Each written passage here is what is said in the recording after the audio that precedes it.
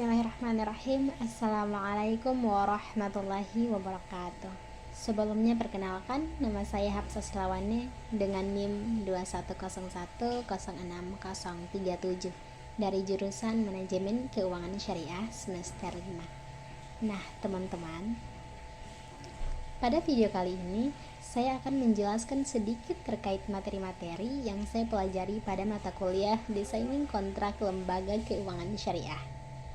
Tentunya, dalam pikiran teman-teman pasti timbul pertanyaan bahwa apa sih desainin kontrak lembaga keuangan syariah itu?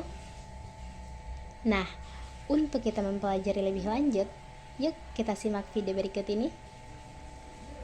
Jadi teman-teman, arti dari desainin kontrak lembaga keuangan syariah itu merupakan suatu lembaga yang mengacu pada pengembangan perjanjian ataupun peraturan yang sesuai dengan prinsip-prinsip hukum syariah Islam.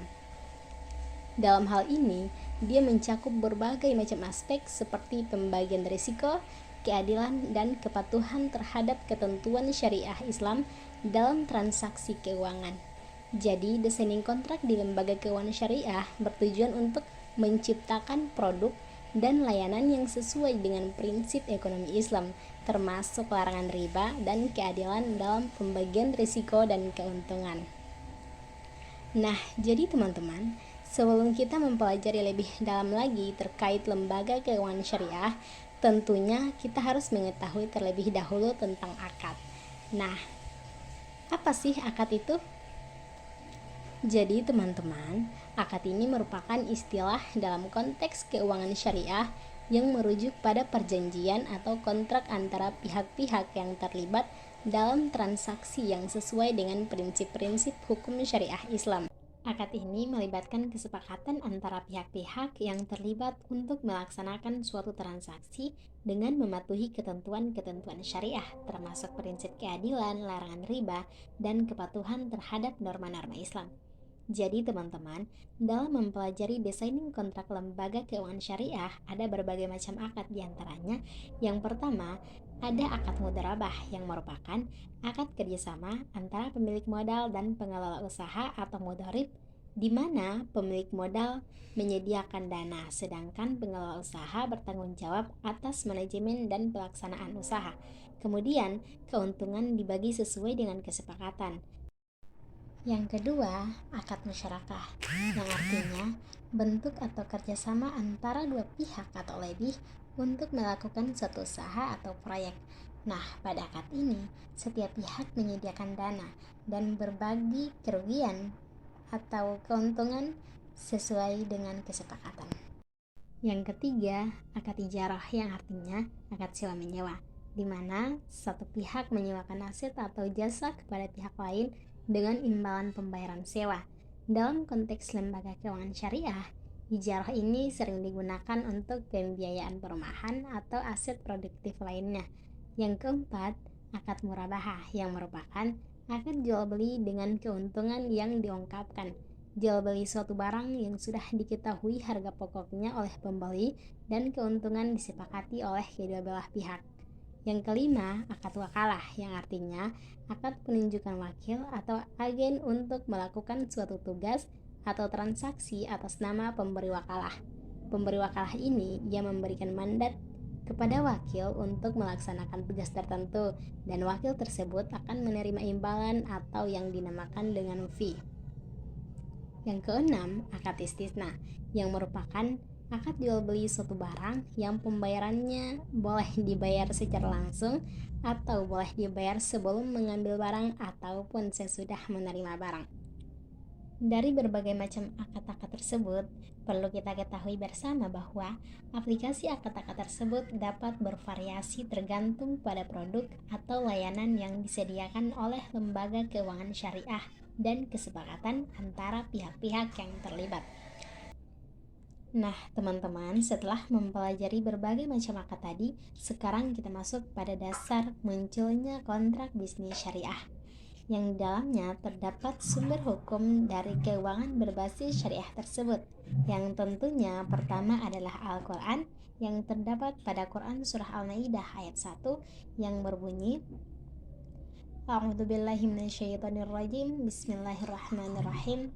Ya ayyuhalladzina amanu aufu bil uqud wa hillat lakum bahimatul an'ami illa ma yutla 'alaikum ghaira muhillis shaidi wa antum hurum.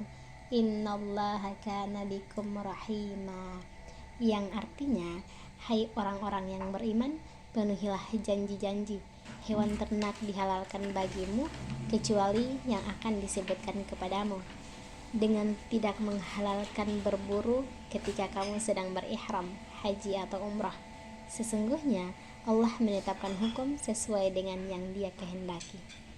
Kemudian ada juga terdapat dalam Quran surah An-Nisa ayat 29 yang berbunyi, A'udzubillahi minasyaitonirrajim. Ya ayyuhalladzina amanu la ta'kulu amwalakum bainakum bil batili illa an takuna tijaratan an taradin minkum wala taqtulu anfusakum innallaha kana bikum rahima. Yang artinya, janganlah kamu saling memakan harta sesamamu dengan jalan yang batil atau tidak benar, kecuali dalam perdagangan yang berlaku atas dasar suka sama suka di antara kamu.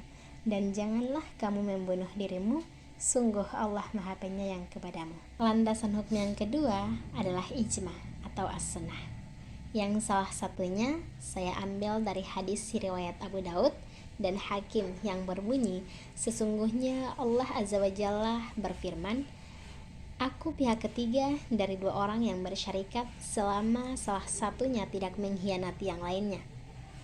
Adalah ijtihad. Nah, ijtihad dalam memproduk hukum suatu kontrak yang dapat dilakukan oleh pihak yang terlibat merupakan bagian penting yang tidak bisa ditinggalkan oleh para ulama. Dengan demikian, para ulama sebagai garda terdepan dalam memproduk hasil ijtihad wajib mendasarinya dengan nilai-nilai yang terkandung dalam Al-Quran, sehingga hasilnya dapat diklaim sebagai hukum yang berbasis pada hukum syariah. Kemudian, dasar munculnya kontrak bisnis syariah berasal dari prinsip-prinsip hukum Islam yang mengatur keadilan, keberlanjutan, dan etika dalam aktivitas ekonomi, seperti riba, gharar, ta'awun, dan lain sebagainya. Kemudian kita masuk pada materi selanjutnya, yakni implementasi kontrak syariah dalam produk mudharabah, syirkah, dan wakalah. Nah, yang pertama kita bahas terkait dengan mudharabah. Nah, mudharabah adalah salah satu jenis transaksi musyarakah di mana pihak yang bermusyarakah adalah pemilik dana dan pihak tenaga dalam rangka usaha dan mencari keuntungan.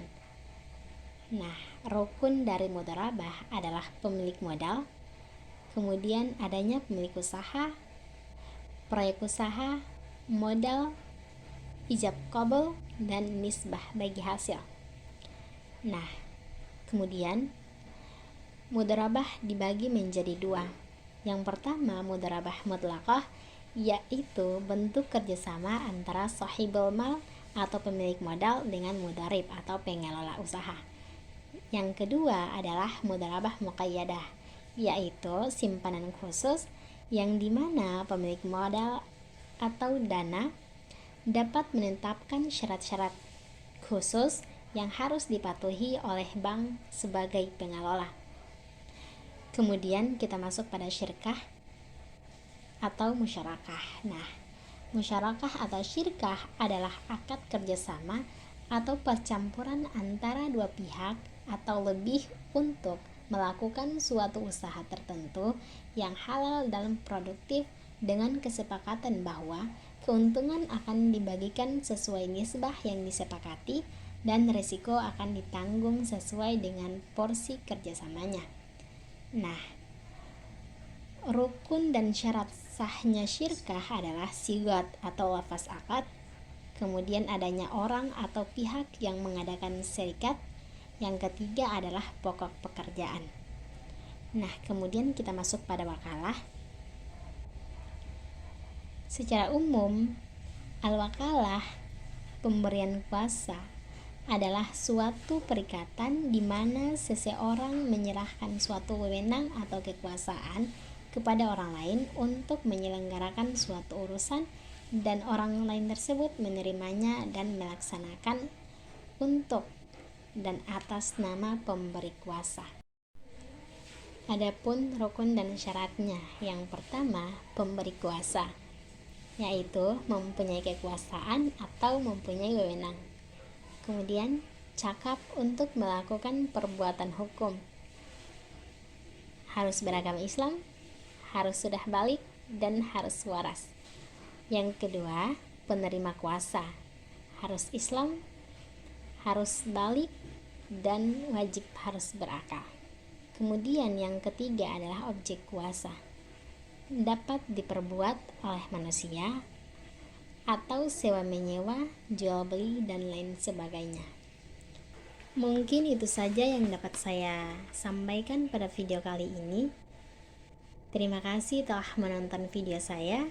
Kurang dan lebihnya saya ucapkan wabillahi taufiq wal hidayah. Wassalamualaikum warahmatullahi wabarakatuh.